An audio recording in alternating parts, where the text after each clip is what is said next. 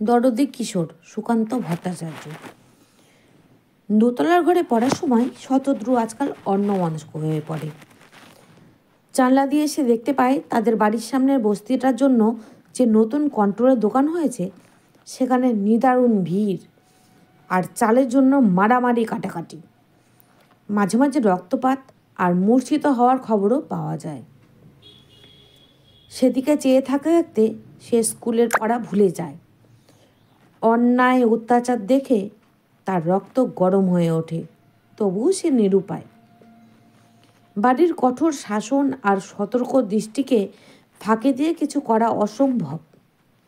যারা চাল না পেয়ে ফিরে যায় তাদের হতাশায় অন্ধকার মুখ তাকে যেন চাবুক মারে। এদের দুঃখ মোচনের জন্য কিছু করতে শতদ্রু উৎসুক হয়ে ওঠে, চঞ্চল হয়ে ওঠে মন প্রাণ। তারই সহপাঠী শিবুকে সে পড়া ফেলে প্রতিদিন চালের সারিতে দাঁড়িয়ে থাকতে দেখে। বেচারার আর স্কুলে যাওয়া হয় না। কোনো দিন চাল না পেয়েই বাড়ি ফিরে আর বৃদ্ধ বাপের গালিগালাজ শোনে, আবার মাঝে মাঝে মারও খায়।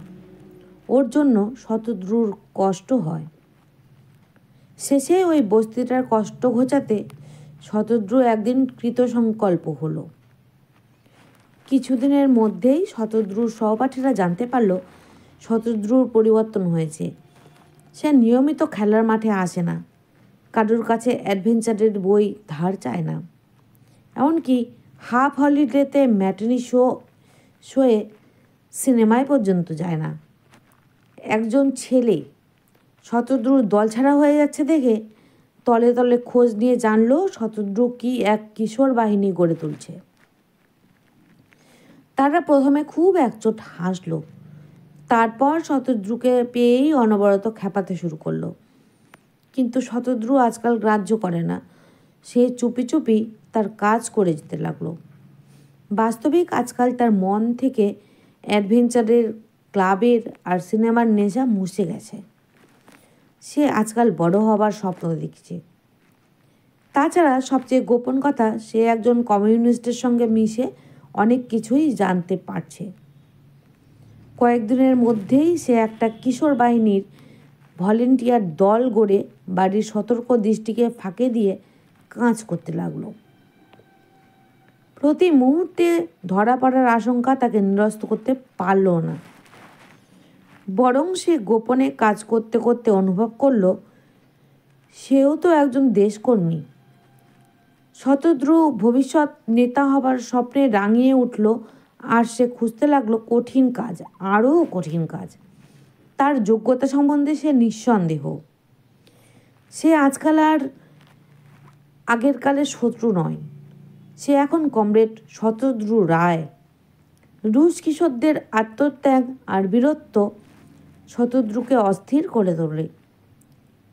সে মুখে কিছু বলে না বটে, কিন্তু মনে মনে পাগলের মতো খুঁজতে লাগলো একটা কঠিন কাজ, একটা আত্মত্যাগের সুবর্ণ সুযোগ। অবশেষে সে আত্মত্যাগ করল, কিন্তু তার ফল হলো মারাত্মক।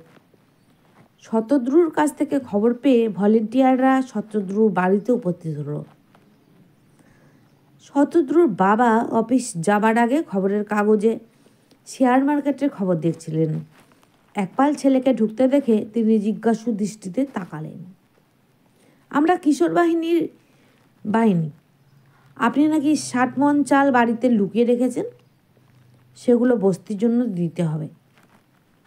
আমরা অবশ্যই আধা দরে আপনার চাল বিক্রি করে 60 মণের দাম দিয়ে দেব, আর তাতে রাজি না হলে আমরা পুলিশের সাহায্য নিতে কুণ্ঠিত হব না। আমার ছেলে এ খবর দিয়েছে না? আজ্ঞে হ্যাঁ। আচ্ছা, নিয়ে যাও। ছেলেরা হৈ হৈ করতে করতে চাল বের করে আনলো। তারা লক্ষ্য করল না শতদ্রুর বাবার কি জ্বলন্ত চোখ। শতদ্রুর বাবা সেদিন অফিসে না গিয়ে পাথরের মতো স্তব্ধ হয়ে বসে রইলেন।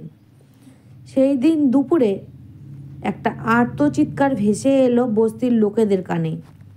তারা বুঝল না কিসের আর্তনাদ।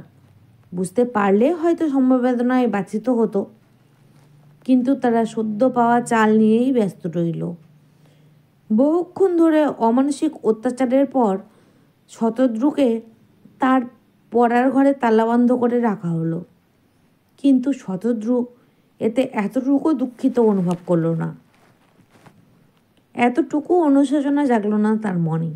সে ভাবল, এত তুচ্ছ, এত সামান্য নিপীড়ন রুশিয়ান বীরদের অথবা কায়ুর কমরেডদের তুলনায় তার আত্মত্যাগ এমন কিছু নয়।